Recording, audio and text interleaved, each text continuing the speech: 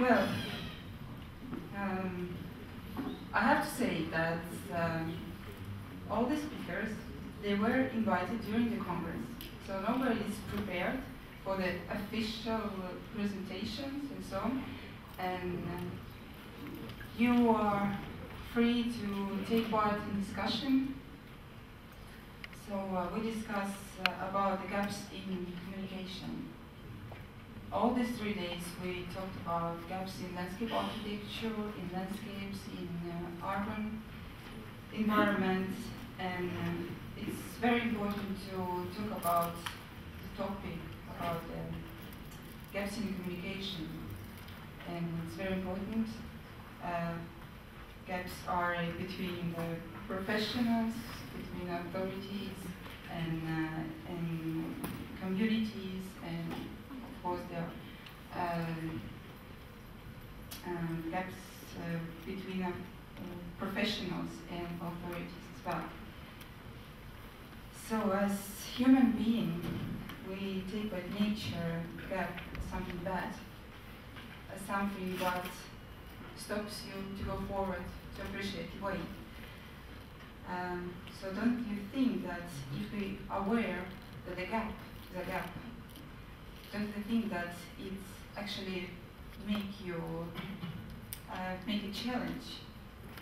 It is a challenge for you to change something, to go forward from that.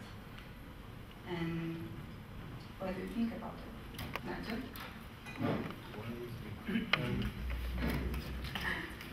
Yes, I think a gap is obviously a challenge, but being a professional landscape architect has always been a challenge to get somebody to understand it. So it's not only a challenge, but it's an opportunity.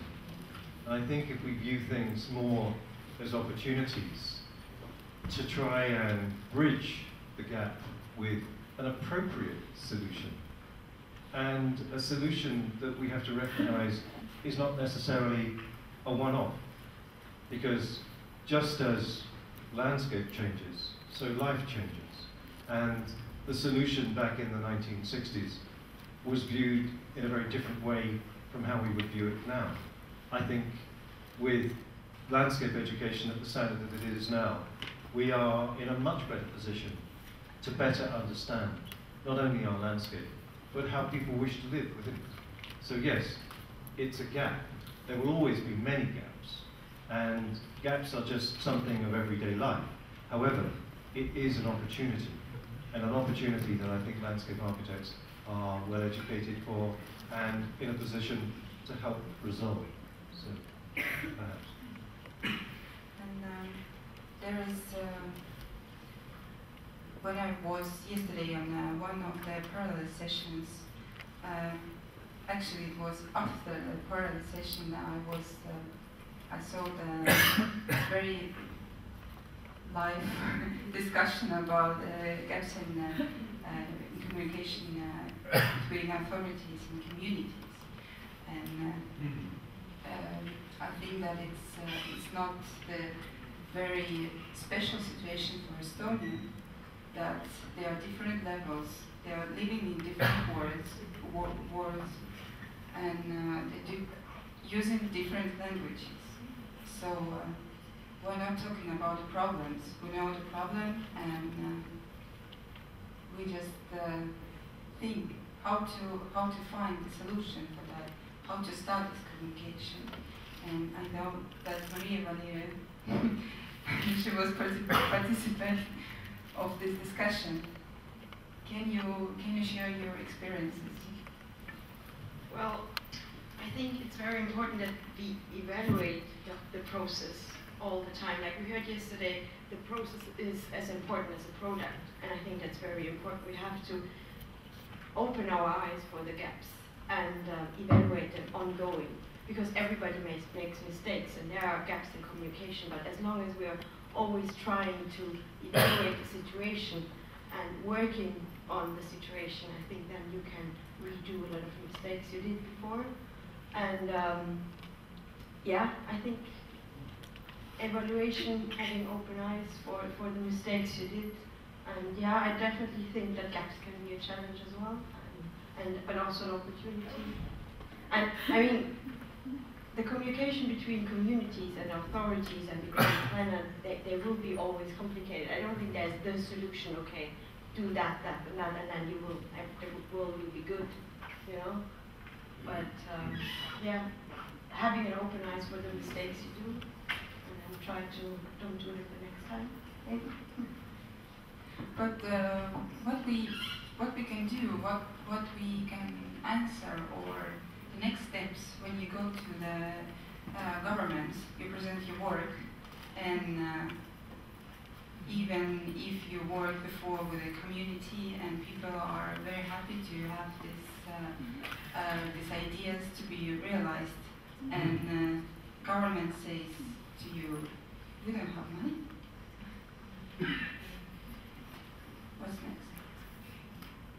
But basically, if I can say just something starting from the first point, that bringing here the example of Portland, where the municipality have developed these civic apps. So basically, the way that people can communicate to the city administration is through simple iPhone and of course Android applications. So basically, any complaint or any information or anything that you want to say to the city, you can do it through your mobile phone, and actually you can do it on the specific place. So for example, if you find some graffiti you don't like, you take a picture with your iPhone and you send your complaint, and it's GPS file, so that the city can have a constant mapping of what's going on to the city. So the city is using kind of people as a sensors for monitoring what's going on, and as well what they get back is that with the same applications they can know right away where, for example, the buses are running, and if there is any transportation nearby, so they're also helped back from the city in their daily life. But what's next is, I think, is the big question, because when there is even no money to develop these kind of systems, then actually we have the example here of these NGOs which they developed their own community tool. So the Usmail, they developed this web-based application where you can basically do the same thing of Portland, but they developed by their own. I don't know if any kind of help from the administration came or not in the end, but in the beginning it was made by themselves, and many other associations started to use it. So they created a platform, and other associations used it for their own purpose as well. So also to show where the different events were taking place, and organizing festivals in the city. So you are talking about citizen initiative. Yeah, I think that the basic point is that if the administration is not listening to them, then they always find somehow the way to do it. So, and this is what I really like. What I would really like if the city administration would actually see those examples and then foster. I mean, when you have the example of the Cultura Kilometer, so it was this. Basically, it was a gap in the city because it's there was a prominent of culture. Exactly. It was done this year in Tallinn in May. It was done for this summer actually.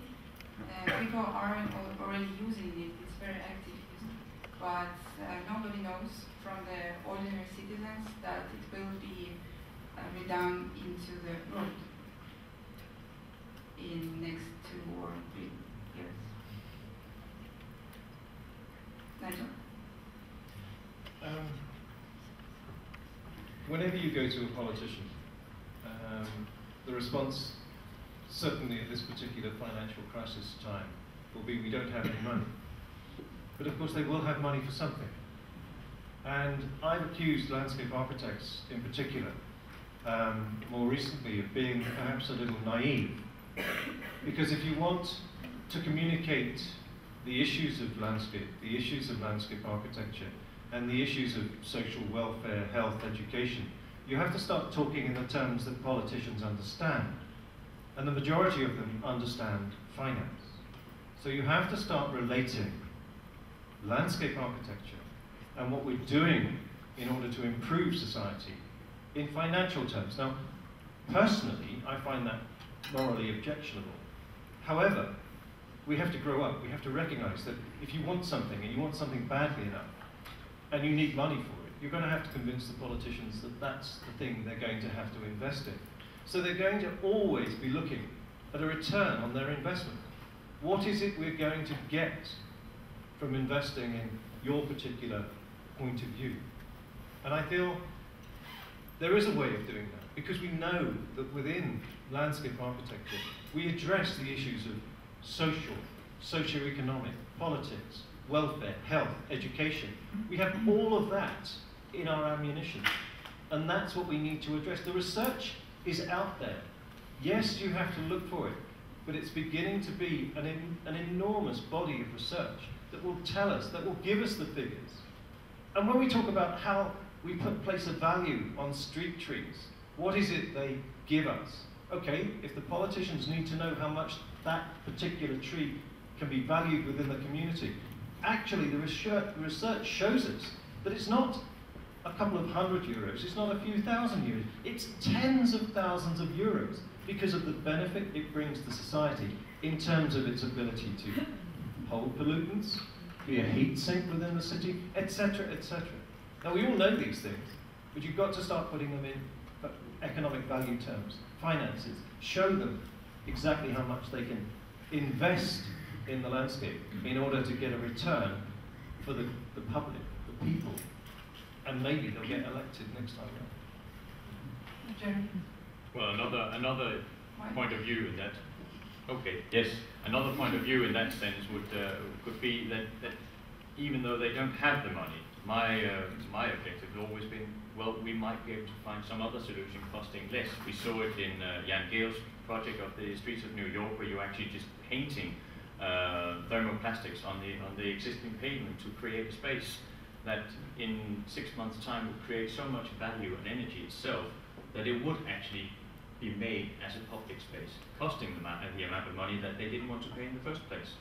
And we see it in Copenhagen, where I work, is that we do street transformations where we start with what might happen if we do this and this, and it's horrible because every week the street will change to another traffic situation, but still we get the best solution from it eventually. So in terms of talking to politicians, always have the plan B that costs less but gives the value, I think.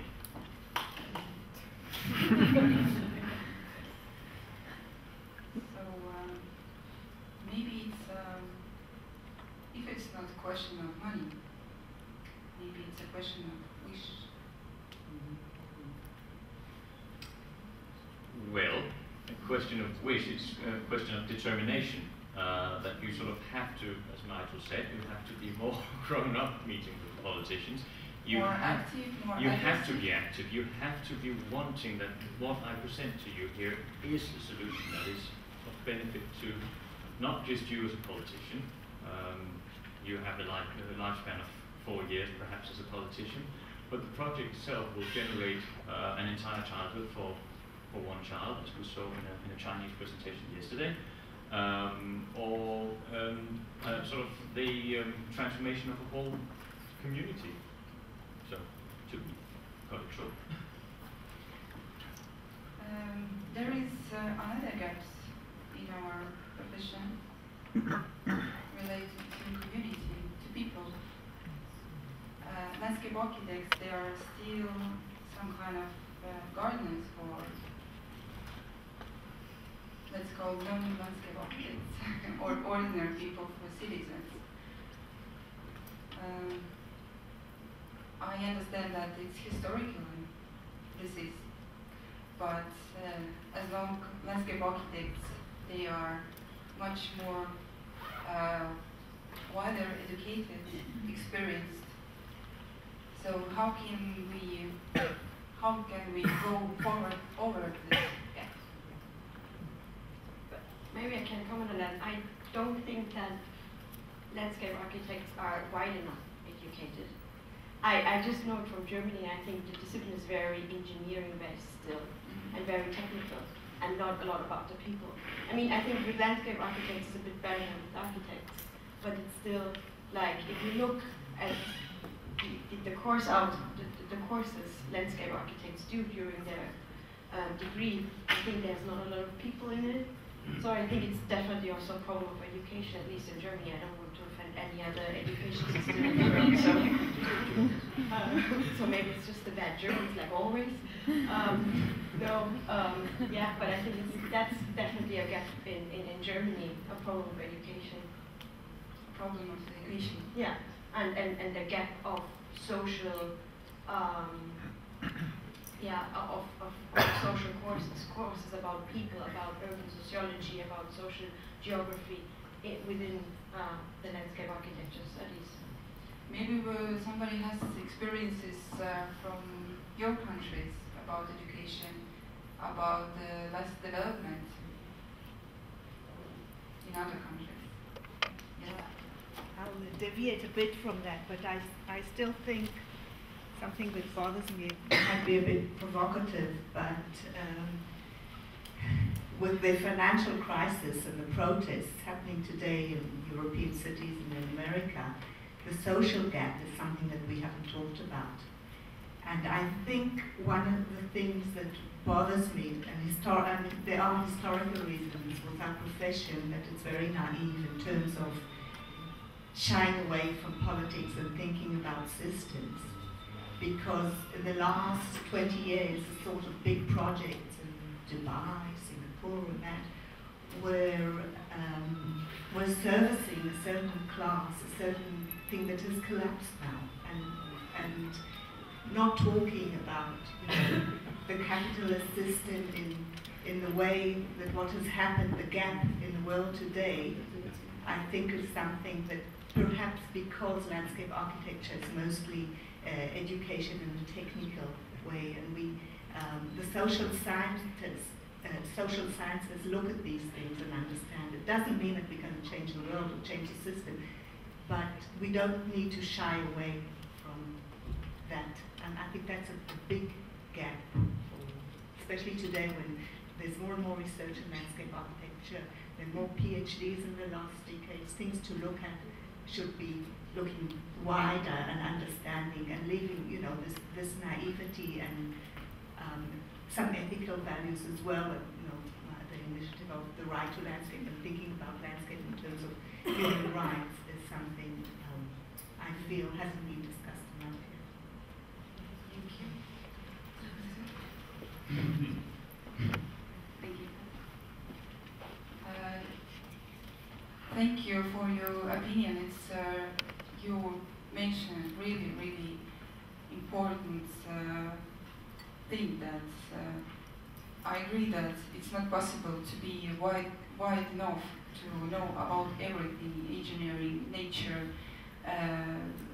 social aspects.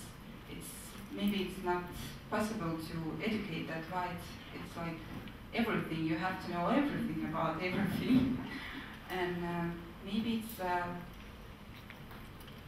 a gap, or it's a challenge to do more cooperation with different professionals in between.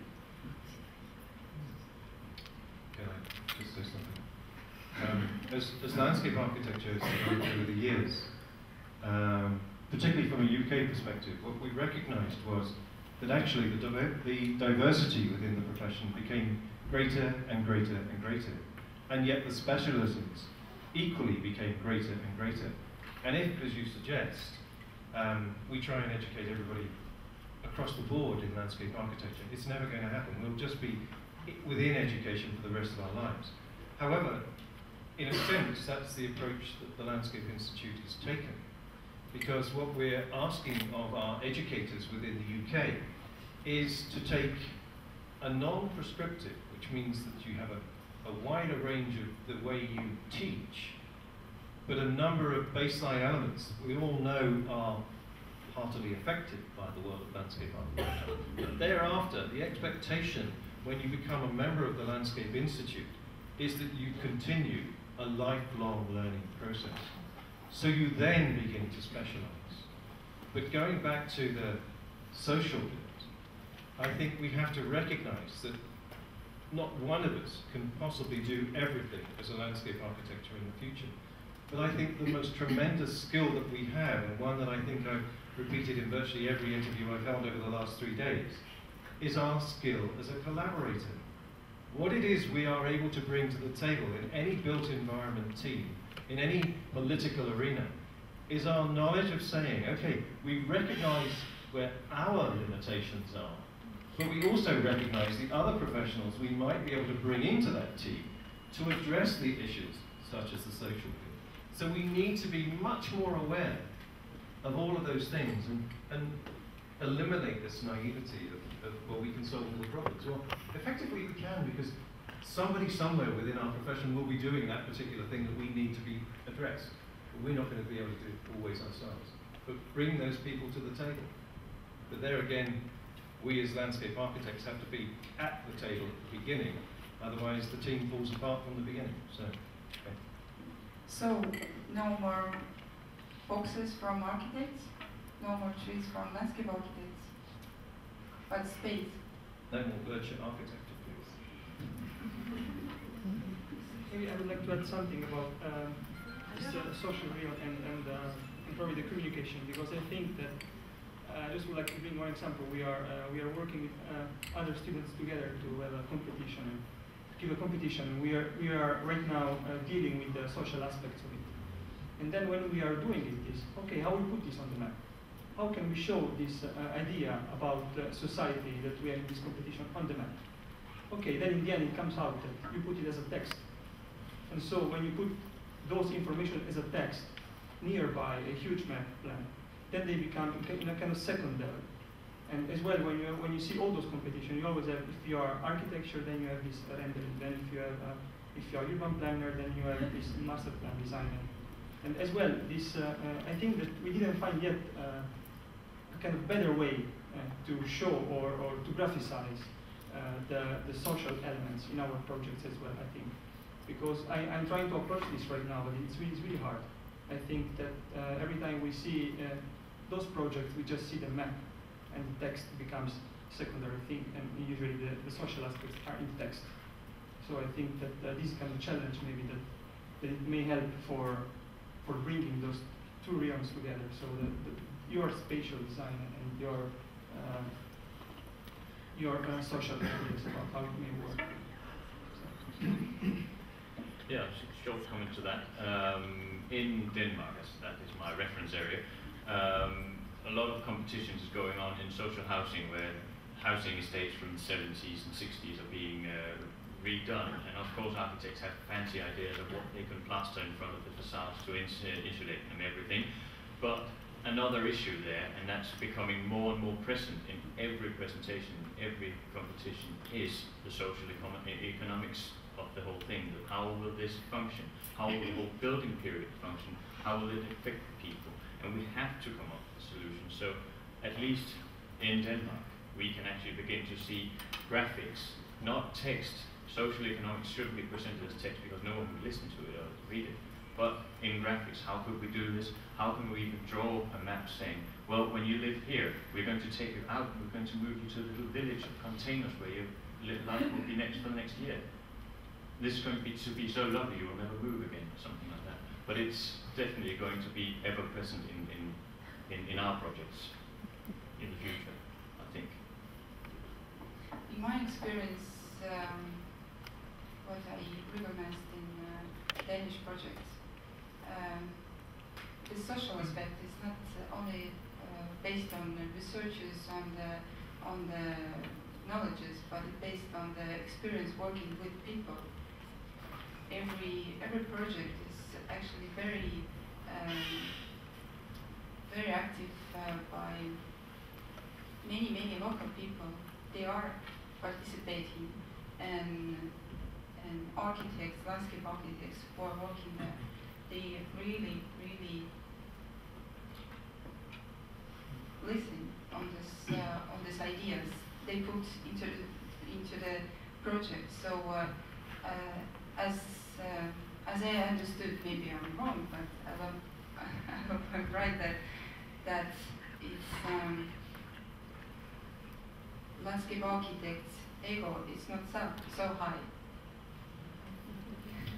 Well, it's true that most projects in Denmark have a very high involvement of users of local councils, everything, small groups of people wanting to have an interest, and no project can get carried out without having evenings where you set out and you present the project or you present an idea. And my opinion is that sometimes it's best not to present something that a very, very sort of vague sketch, because then no one will get angry and eventually they'll come up with their ideas, and you can actually draw your project from the ideas. And sometimes, at least once in a while, you get lucky and you actually get something that's both good design and both sort of fits into the users and the public.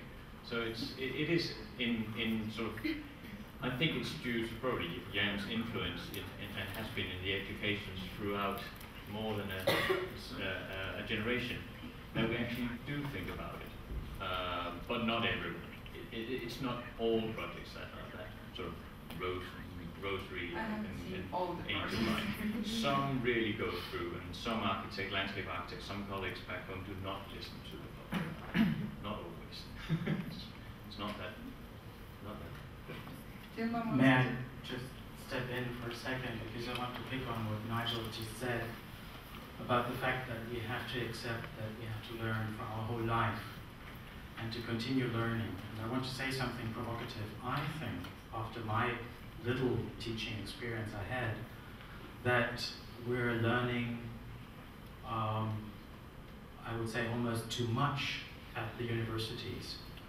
I remember when I was teaching in Philadelphia, and that's now 10 years ago, students did hardly have any time to do their project work because they were learning so many things. And each time they were asking somebody, is it really necessary to learn this or that, they got a different answer. Because it depends who you ask. I pick on completely different things than somebody who does wonderful gardens somewhere in England. And this guy picks on completely different things than somebody who will work in administration and is working with town planners. And then again with others who are working on social stuff. Our poor students, especially in Europe, had been challenged by the Bologna process. They are learning in some universities 2 times the stuff they've learned like 20 years ago, just because the universities are not willing to minimize their curriculum to a standard. I understand that because each university wants to be specific, but the situation has become even worse today. So I want to pick on what you said, Nigel. We have to learn how to learn. We have to learn how to become and stay curious. I had so many students in recent time who are not curious anymore because they're not willing anymore. They learn massively information. For example, in Weinstefan, where my father was teaching, they still learn chemistry and physics for semesters. Or in Vienna, they learn 1,000 things because there's far too many students. They have to filter them out in the first year. That's the nonsense we have to face. And lifelong learning has to be learned. You have to learn how to research. You have to learn how to stay curious. You have to learn how to look at the phenomena of life. And therefore you need time. And then you can specialize. That's also something. We don't need to be generalists anymore, knowing about everything. We have to work exactly as you said. You have to learn how to work in teams. Far too many landscape architects still behave like the big artist. And they dominate the discussion in our profession to some extent. And the greatest outcomes in landscape architecture of recent years is the result of teamwork. But hardly any student learn how to do good teamwork. They do some projects, but they hardly have any time. So I vote, it's maybe a little bit exaggerated, but I think it's worth thinking about it. I vote for learning a bit less, having a bit more time. Not stuffing information into students. And if some, or even many, focus on social aspects, which I think are indeed very important, others don't need to at all, because they work on different things, and so on and so on and so on. I think we have to accept that we're a very specialized profession today, that we have 20 different ways, or maybe even more, how to be a landscape architect in the future. It's like with the architects, they're specializing. So if I may just respond to that, Briefly, I think maybe in my brevity I didn't get across my point, but that was exactly it. Yeah, it was not criticism. No. Yeah. Hey, even if it was, it would be a good one. Yeah. The whole point is, we used to be a very prescriptive profession. Every university had to teach in this particular manner. You had to be spoon-fed absolutely everything, an enormous quantity. So yes, the teamwork didn't come into it. But actually what I now find across the UK in particular, because that's where my experience has been, all my life, is that you select your university on the basis of what it is you wish to go there to learn in terms of landscape architecture, not because it's a landscape architecture course. You can't go to Leeds, to Sheffield, to Gloucestershire, to Manchester, to Kingston and learn the same things, and neither will you be expected to. However, what we do recognise is that each one of those courses can be accredited because of what it gives the individual when they come from that course. But of course there's still this expectation within practice that, hey, this individual is going to come into my practice, I'm paying them £N,000 or euros a month, a year, and they will know everything about landscape architecture. Well, give me a break, because I don't believe any of us who went into practice in our early years knew everything. Well, we may have thought we did, but hey, we don't. And it is a lifelong learning process. And you, as you say, you have to be educated in finding out how to learn. Over the last 3 days, I cannot believe there is anybody here who hasn't learned something. And it's all a wonderful mixture and a wonderful process. So yeah, if I didn't make my point clear, I'm sorry. Can I just comment? Yeah, I think the word is critical thinking, and education is not to teach you. Of course, you need to know a plant palette, but as a landscape architect who was trained in a few countries and worked in a few countries, it's not the plants of the country or the soil of the country. It's critical thinking and a way of finding out. Of course, we all agree on that. About that. And when I talked about social, it's not that we all be sociologists. I talk about the values that we think about. For example, one thing that bothered me in this, the papers I listened to, and also in the keynotes, when we talk about sustainability, we talk about green roofs, we talk about ecology and all that, and we forget that we've got a system, we live in a system that's not sustainable ideologically, because if we live in a system where we have to consume more, or there's no social justice, it's not sustainable. And I'll give you a few examples. About 5 or 6 years ago, we began a studio course in New Zealand called Sustainable Design. And the students were so enthusiastic about green roofs that I remember in one neighborhood, I was one of the reviewers, and I saw the plan at 1 to 200, and all the roofs were colored green, and all the surfaces were asphalt. Okay, so now they have gardens on the roof, and that's what the students, if we don't teach them to think critically about the systems and what does sustainability mean in terms of economics and social, and the same, at the end of the day, we all design with values. And what in my paper here I argued that we've got 2 core values. One of them, that sustainability is actually a core value of the profession, it's not a style. And if we go back to Olmsted, and people in the 80s already have argued that our profession, so landscape design, there's no such thing as sustainable or not sustainable landscape design. The other thing is our social commitment with the park movement, beginning with the reforms of the 19th century, so that we always design with values, but we have to make our students aware and critically think about these values. And I think that is the level about, for every program should teach ethics, landscape ethics. And what, you can argue, you don't have to agree with my way of viewing the world, but you have to think about it. Thank you for opinion. And if we talk about critical thinking, I guess that just beside, we'll always have to talk about creative thinking, because talking about the education system is really, really old, and in many countries. In some countries they're really developed, and it's a big question how to teach young people. They are going to be landscape architects, they are going to be professionals after 4 or 5 years. So you have to, in education, you have to be a step forward. Would not teach the same things, always the same things, like in 100% the same as it was 5 years old or 10 years old, but you have to think 5, 10, 50 years forward.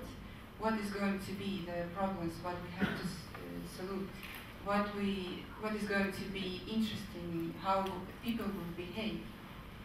And this is changing from the critical thinking to creative thinking. You have to be creative, not only in your projects. You have to be creative. You have to be. You have to dream. It gives you so much ideas when you dream. But critical is not. I mean, critical thinking is part of it. Our profession is visionary. We always draw big trees. Well, we know that in 6 months' time the trees will be this big, but we always look to the future, and that's part of critical thinking, being creative, not just accepting what. Sometimes it helps when you don't analyze today's situation. When we're talking about the gaps, the problems. When you just let free your mind and you don't think about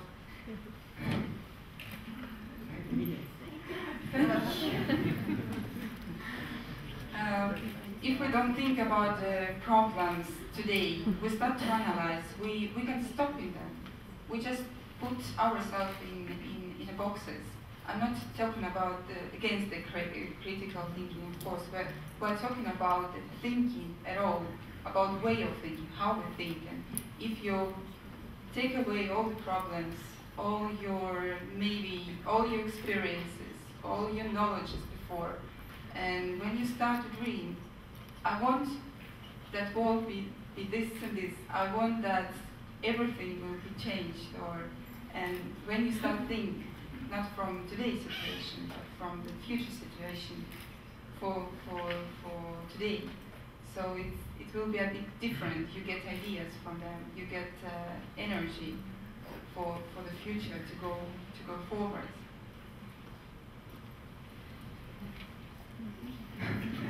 May I completely agree with Simon that we teach too much in the faculty.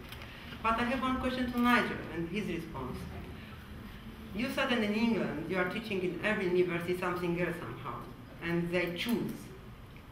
How they choose? What exactly they want to do as landscape architects when they know nothing about landscape architecture from the high school? So what is to choose out there? No, it's not a matter of choosing their education. We set down a number of finite elements that we expect to be available within the university. It's who teaches it, how they teach, and this availability of them being able to think creatively, critically on their own. So yes, there is no teaching at high school level about landscape architecture. I mean, this is part of the problem. Nobody understands what landscape architecture is, and the majority of people that come into it come in either because their mother or their father is a landscape architect and they recognize what poverty is, or they come into it by accident, and they come in a roundabout route. But you're right, they don't understand. But there is now so much information available about university courses, and every university is trying to sell their course, and they make each individual module sound exciting. So if anybody has an element of interest in the environment, in sustainability, whatever the hell that is, because we just do that naturally, etc., etc., that's what they pick up on.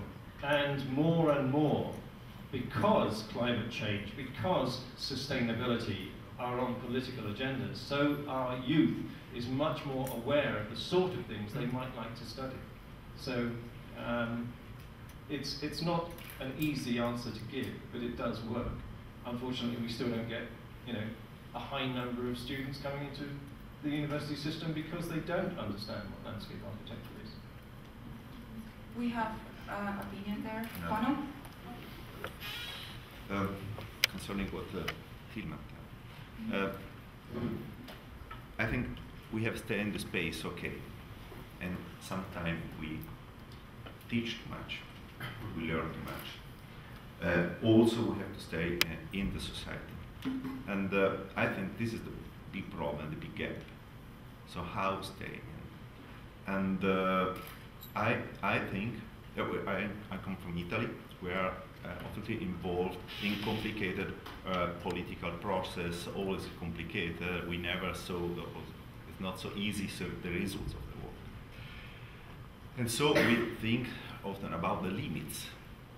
And I think that the right way to work is thinking about the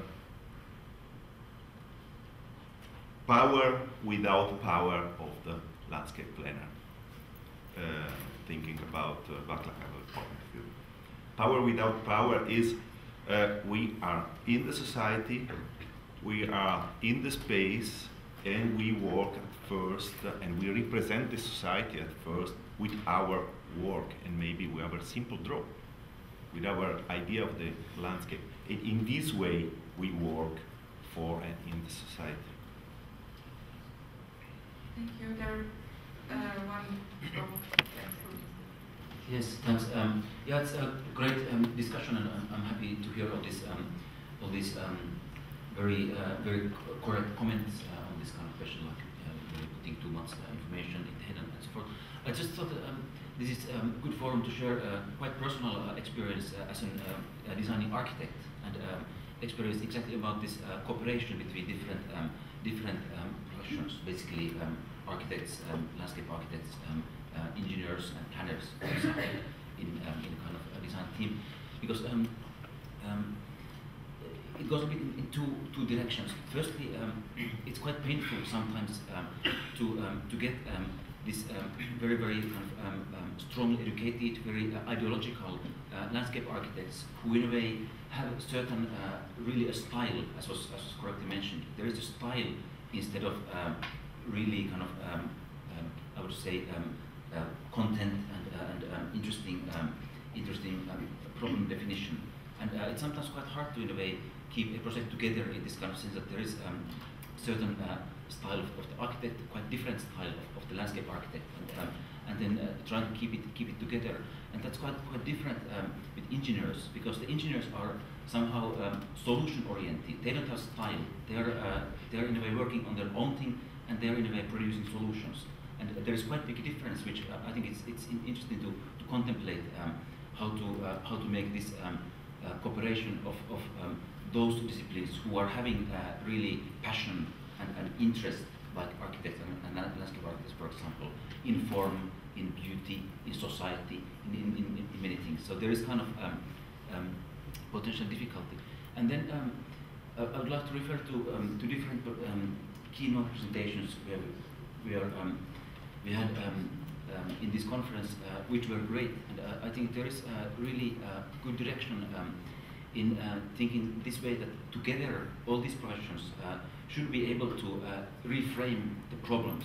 I mean, instead of, for example, really designing one park or designing one planning area, to really always look beyond the kind of border of the already defined problem, to somehow redefine the problem so that we are really producing good solutions, for example, to sustainability, or for example, to social problems in crumbling suburban areas or third world situation. I mean, to really try to find the right scale of the problem, and then pool our resources in an innovative way so that we can somehow mobilize our expertise in the best way to somehow solve the problem. And this kind of problem definition and a solution-oriented way of teamwork, of quite open cooperation, as Tilman was saying. I think there is, in a way, a really great future, but it needs rethinking in education and in the kind of professional image, I would say, of all of us. Thank you. When we talk about the teamwork, it's actually it's not working in between professionals. It's people working. People are working together. They sitting around the table and start to talk. And how to be when different people sit around the table and everybody has a big ego to have. Okay, I'm a straight person, so I have to say everybody has wants to have benefits, something for himself. So if you have 6 persons around the table, everybody has very big ego. If you mention different professions, how to find the solution, how to put them to work, because teamwork is the hardest work for when you put new people together and to start them work. And here is the back.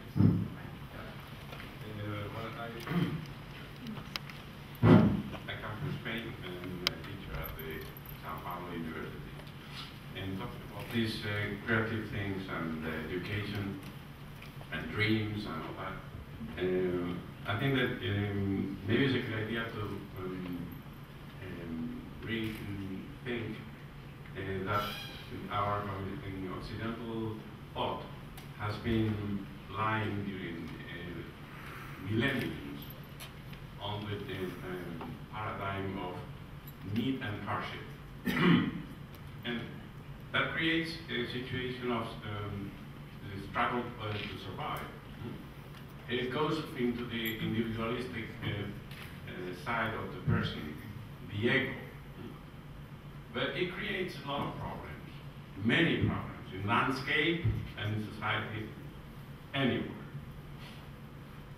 It's just about time that we change the paradigm and we go into the paradigm of complexity, where needs are important, but not so important. Freedom is more important. And freedom is connected with knowledge, with education, with formation, and with virtues like generosity, forgiving, human virtues, human forces, because virtue in Latin is force. And I think that it's not a question of a quantity of knowledge. It's a question of the way you have your soul to receive knowledge. That is, you have to learn as much as you can. As you can. Not more than what you can. And to that, and to this question of teamwork, there is like living with other people, working with other people. I think that there is a very important question of ethics that she was talking about. And that is, we should help our students to develop a spirit of alliance. Because alliances have been what made cities.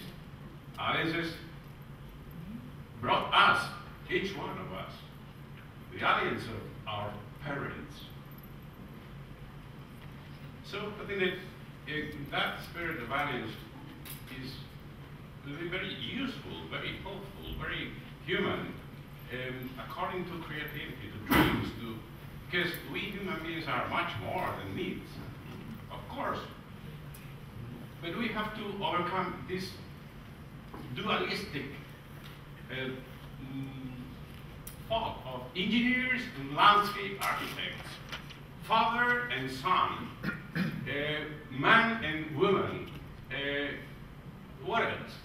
No, life, thank God we are in the next step. We are looking at the future. So we are all together. We are different, but together.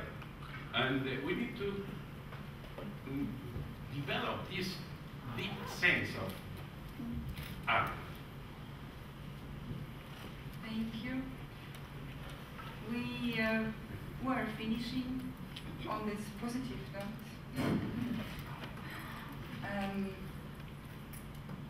There is a very interesting discussion. We can discuss it after, on the lunchtime, in a more personal way.